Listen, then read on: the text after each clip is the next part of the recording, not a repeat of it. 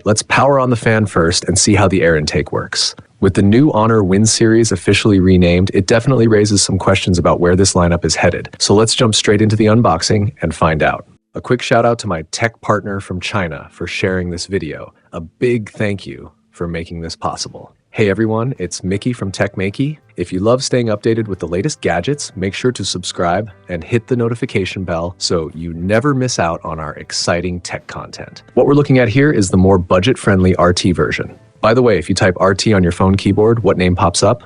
I'm curious to see what you all get. Drop it in the comments. The box itself is fairly standard in thickness, nothing overly bulky. Since this is positioned as a value-focused series, you can immediately tell the internal packaging is different from Honor's flagship models. It's slimmer and more straightforward. Inside, you'll find a plastic protective sheet, the SIM ejector pin, and a phone case. Before we even talk about the specs, let's check the charger. This one uses a 100-watt USB-A port with Honor's proprietary fast charging protocol. Output options include 11 volts at 6 amp and 20 volts at 5 amp, so it supports both high current and high voltage. The included cable is a standard thickness 6AT data cable. Now let's get to the star of the show. Cost-effective phones usually stick to familiar screen proportions, and this one follows that trend. It's a very traditional flat display, with almost no visible curvature along the edges. In hand, the phone feels comfortable and not overly rigid.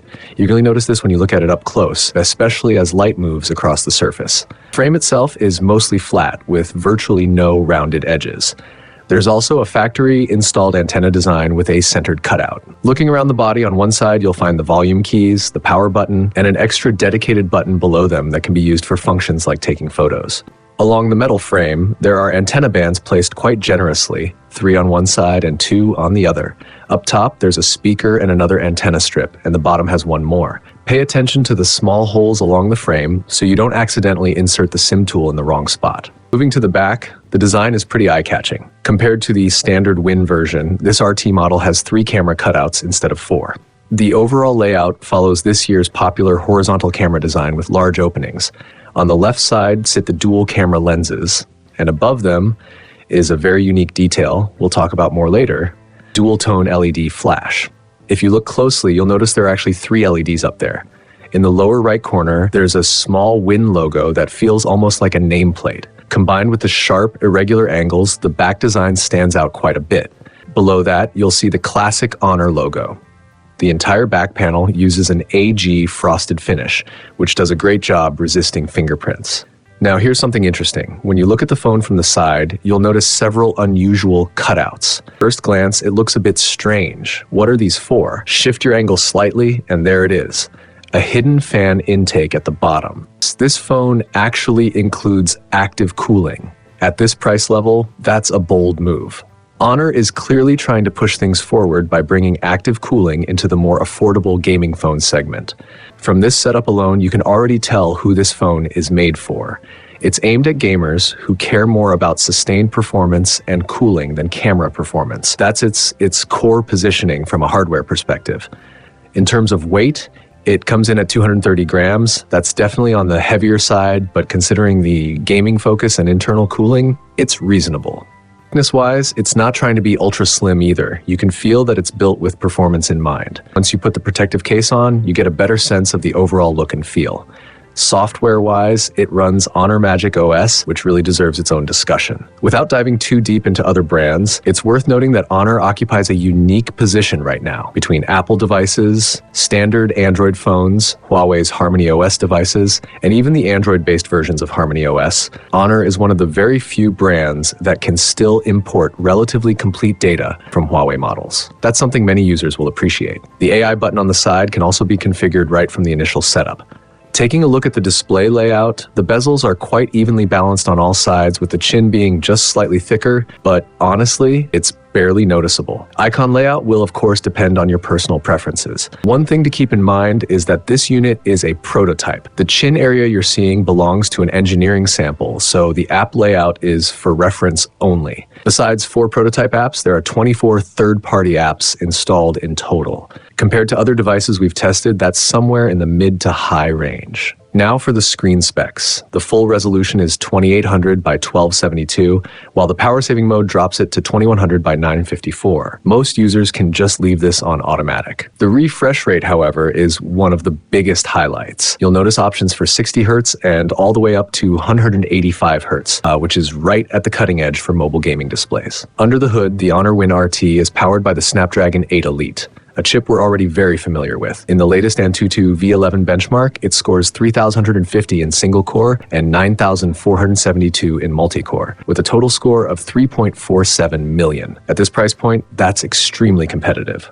Finally, let's talk real-world gaming performance. After 30 minutes of online gaming, the average frame rate came in at 120.4 FPS. With the smart fan enabled, the highest front temperature reached 38.5 degrees Celsius, the back hit 37.6 degrees Celsius, and total power consumption was 3.47 watts. Pushing things further with Genshin Impact at maximum settings and 60 FPS for half an hour, the average frame rate stayed rock solid at 60.2 FPS, basically a straight line. Front temperature rose to 39.6 degrees, the back to 39.2 degrees Celsius, and power consumption increased to 4.38 watts. In the game's most demanding golden moment scenario, after another 30 minutes, the average frame rate was 59.7 FPS, with total power consumption jumping to 7.14 watts. This is when the fan really kicked in. The highest front temperature reached 44 pointums and the back hit 45.2 degrees Celsius. Under the same conditions, we then turned the fan off and ran the test again for another 30 minutes to compare the temperature difference,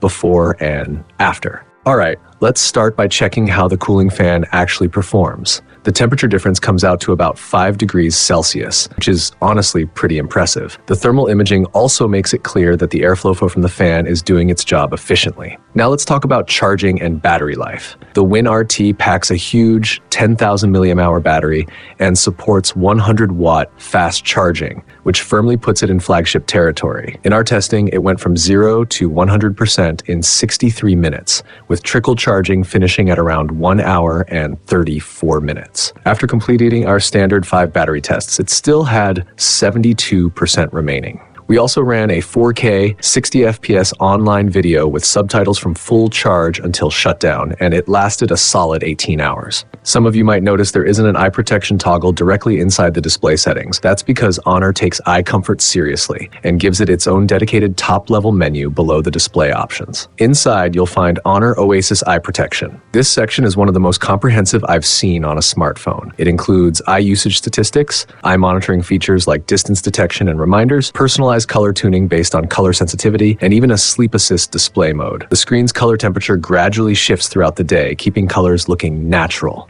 There's also a blue light filtering mode and support for ultra-high frequency PWM dimming. As for the pixel layout, it uses the familiar diamond arrangement, so there's nothing new to explain there. Moving on to audio, the system ringtone called Go Beyond actually sounds different from each speaker, which creates a surprisingly strong stereo effect. For biometrics, face unlock is standard 2D, so there's not much to dive into there. Fingerprint sensor, however, is placed fairly high, so you don't need to awkwardly bend your thumb. It feels natural to use, and face unlock also works fine, even when part of your face is covered. Now let's jump back to the fan. See these sections here and here? Those are related to the cooling system. When you open the fan control, you'll see 2 clear options: real-time temperature monitoring and fan speed control. Previously, you'd need third-party apps to check real-time temperature, but now it's built directly into the system. You can even turn the fan on manually. I placed the phone next to the microphone, and yes, the fan noise is noticeable up close, but once you move even a little farther away, it becomes much less obvious. So let's properly test the sound. When gaming on a laptop, you're usually farther from the device, but with a phone, it's closer, around 30 centimeters when held sideways. That means fan noise matters. First, with everything silent, the ambient noise in our studio is about 40 decibels. Now we turn the fan on and listen from the closest position, then from my normal holding position. With no fan, the background noise stays around 40. With the fan at full speed, it rises to about 48, and at medium speed, it's around 45. That's measured right next to the phone. When we move back to about 30 centimeters, the noise drops. Silent mode stays at 40 and full fan speed comes in at roughly 43. So yes, if you're extremely close, you can hear it at around 48 to 50, but in a normal room environment, it's not very distracting. The design itself is well thought out. The fan is positioned so it won't be blocked no matter how you hold the phone. By default, fan speed is automatically adjusted, but you can switch to manual control if you want. At maximum airflow, the adjustment is stepless. When I lower it to the minimum speed, the noise almost completely disappears. Even at the lowest setting, it still spins at over 9,000 RPM. At full speed, it can reach up to 25,000 RPM. That's roughly the level of movement you'd expect from this kind of active cooling, and the system constantly adjusts up and down as needed. Normally, having a physical fan means waterproofing would be off the table. But surprisingly, the Honor Win RT supports IP68, IP69, and even IP69K ratings. So yes, we tested the fan while the phone was in water. At this price range, that's a very rare and competitive feature. There's also a smart charging cooling function that activates during charging. Since heat during charging is one of the biggest factors in battery degradation, this feature helps keep temperatures under control. On top of that, there are 3 different startup sound effects for the fan. When it spins up, there's an acceleration sound that adds a nice sense of drama. Trying the other sounds is honestly kind of fun.